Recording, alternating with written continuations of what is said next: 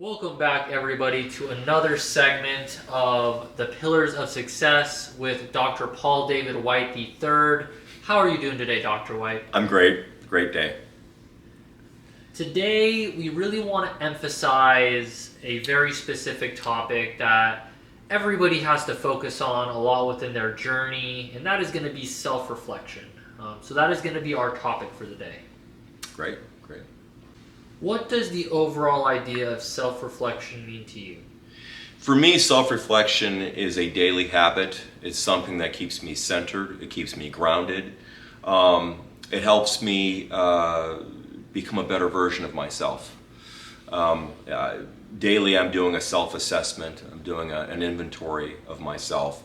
And I'm looking at things that I want to improve, things that maybe I want to work on or change, But I also reflect on things that I really like about myself. And I try to do this with kindness and compassion towards myself. I think that's really important when you're reflecting upon yourself, that you're doing it in the most compassionate way, and you're giving yourself that grace to make mistakes and such. So.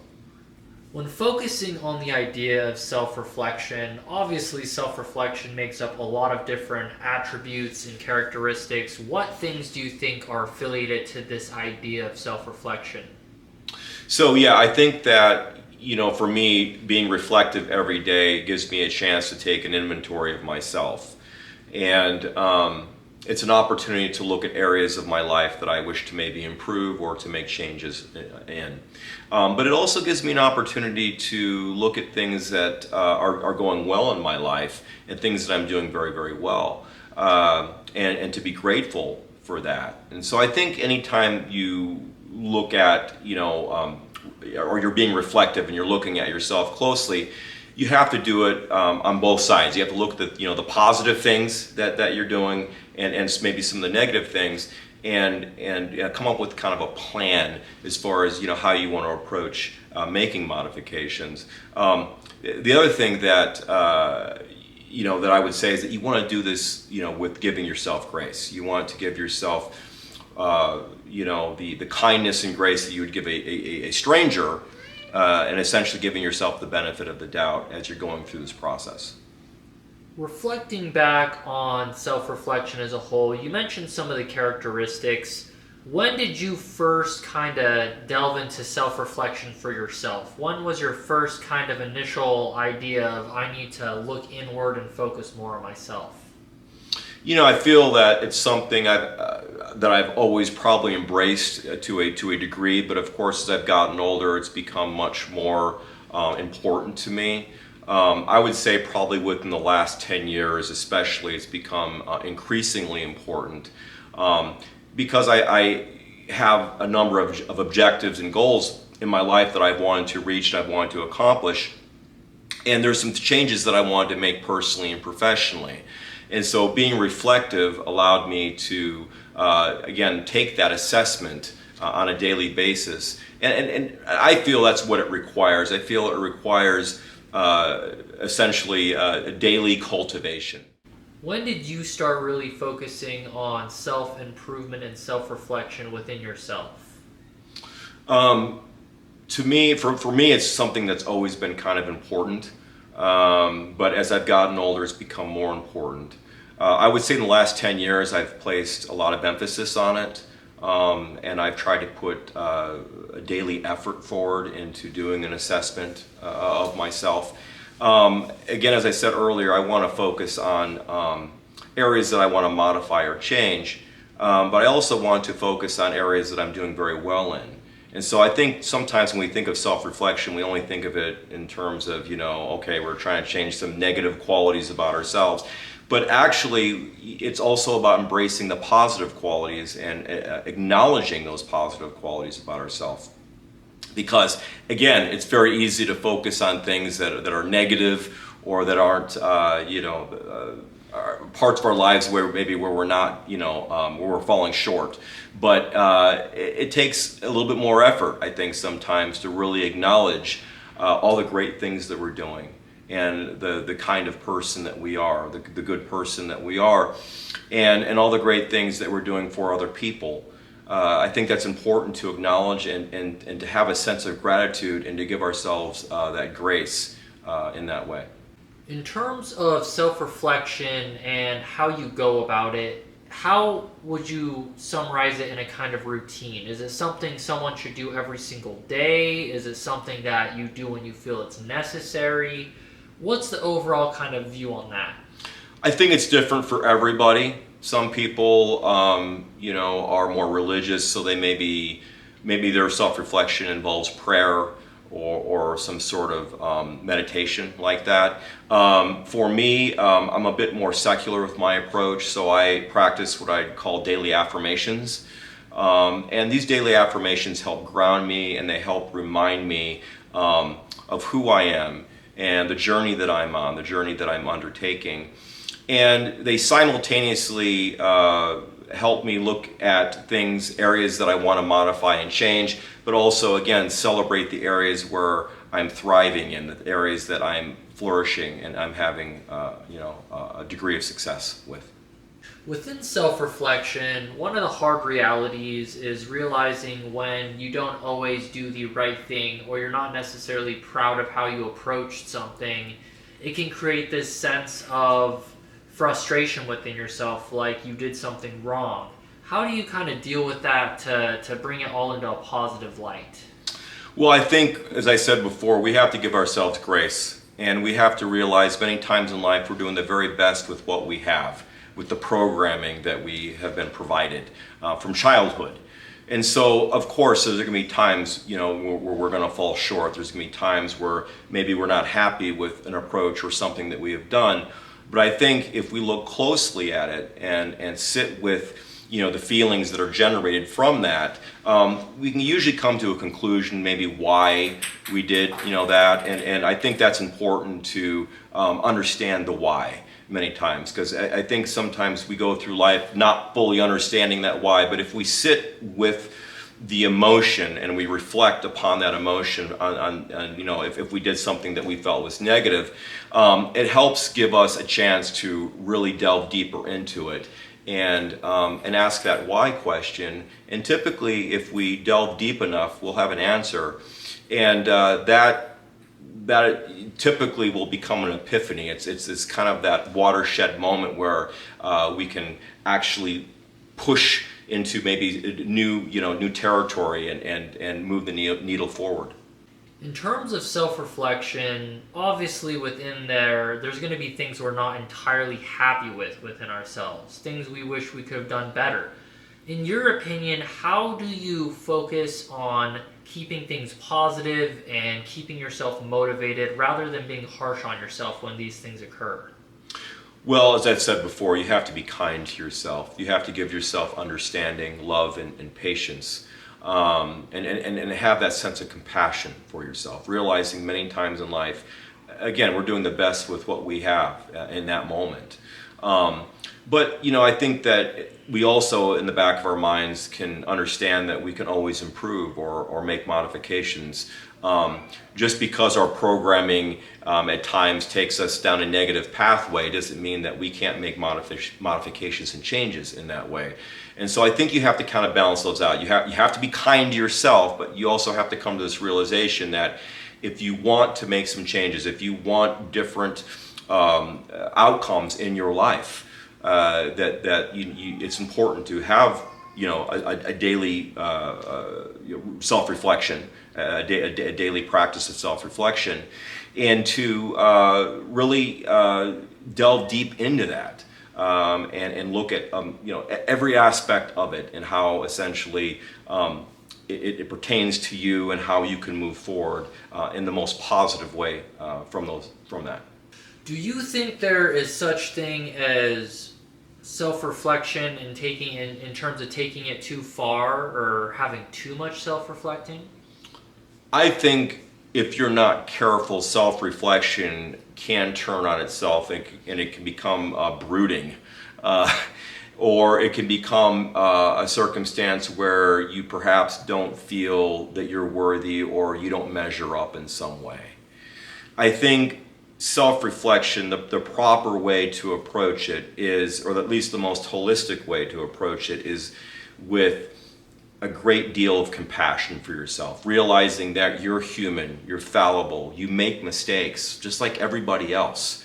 And you're trying to figure life out like everyone else, really without a user's manual. You know, we're all kind of winging this in many, many ways. And so I think when you do self-reflection, it should be something that should focus, you know, on, again, moving that needle forward. Not necessarily, you know, dredging up lots of things from the past or dwelling on lots of things from the past or things that you don't have. I think that you know, a healthy form of self-reflection also involves gratitude. You're grateful for the things that you have. You're grateful for the opportunities that are presenting themselves in your life, and that you know, you acknowledge that there's areas that you want to change or modify. But ultimately, you're very, very grateful for everything that you have at that moment in your life. Do you think that being hard on yourself can actually be beneficial? No. I don't believe being hard on yourself ultimately is a successful formula for self-improvement or becoming a better version of yourself. And I've experienced this personally. There's been at times in my life where I've been very regimented, overly disciplined in some way. And this kind of goes back to balance I've talked about. When you start pushing yourself out of balance and you start pushing too far into one area or another and you start neglecting other areas of your life, that creates a problem. You're not going to enjoy long-term success if you're doing that. And you're not going to be a balanced person. You're not going to have peace and be happy and be a balanced individual when you're doing that. And so I think that being hard on yourself is counterintuitive and it's counterproductive. I believe the best approach is to understand that yes, you make mistakes, and some of the mistakes that you make, you're going to continue to make. It may take years for you to make modifications on some of these areas that you want to improve upon. This is not a weekend retreat. This is not something you can snap your fingers and be over. You know, it's done and over with. This takes time and patience and love and compassion. Someone told me a long time ago, they said, you know, imagine if you were giving some advice to your best friend. You know, treat yourself like your best friend, your very best friend. Like you would give them advice with compassion and love, and there would be hope intermixed with that. So I think it's the same thing with ourselves. You know, we don't need to be hard on ourselves. We need to be kind and loving. Now, with that being said, does that mean that we don't need to form discipline and we don't need to be motivated? No, of course. Those are important elements when it comes to, you know, that road to success. But we don't need to be hard on ourselves or unreasonable when it comes to pushing ourselves in that way. In terms of self-reflection, is there any specific time of day that you should focus on self-reflection, or is it more so just when you feel it is the right time? So I feel, for me personally, the best time is the morning. Some people may want to do it at night or maybe in the middle of the day, but I think when we wake up first thing, typically our minds are more open. We may be a little tired though too, but our minds are generally more open, more malleable. So I prefer to do it in the morning. As I said, mine take the form of an affirmation. So I'll spend anywhere between 30, maybe as much as 45 minutes doing an affirmation. And these affirmations change on a daily basis, but they allow me to focus on various aspects of my life, present, past, and future, and allowing me basically to do kind of an inventory and be reflective. So. If somebody didn't really know much about how to begin the process of self-reflection, how would you kind of go about just getting into the idea of it? Like, where would you even begin? You know, I think there's a disconnect sometimes between how we perceive ourselves and how other people see us. And I think that we want those two things to align as closely as possible. And again, this is a process that takes time, right? But I think that's a good place to start. I think if we start with assessing, you know, or maybe even just having a thought like, you know, how do other people perceive me? How do I come across? You know, these are important questions, and it helps us delve deeper into ourselves and you know, kind of our personalities and the way that we approach our friendships and interpersonal relationships. So I feel like a person that's just starting this process that maybe really hasn't asked some of these questions about themselves, open your mind. Open your thoughts to how you come across, how you are approaching life and how other people see you. I think that's a good starting point. And last but not least, within self-reflection, are there any specific areas within self-reflection you should specifically emphasize, or is it just an overall idea of everything in general? I think you should emphasize what's important to you at that moment. I feel if there's an area of your life that you're trying to improve upon, an area that you're trying to grow in, you focus on that. And I feel that the rest of it will fall into place.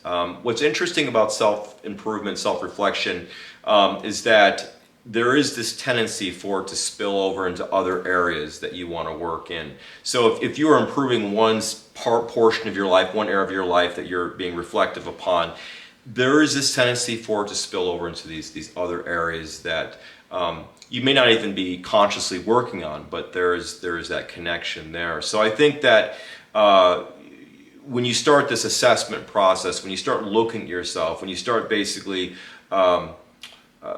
looking at objectives and goals in areas of your life that you want to improve, that's kind of the whiteboard that you start off with, making that list, and then you focus on those areas, and like I said, the rest of it will kind of fall into place.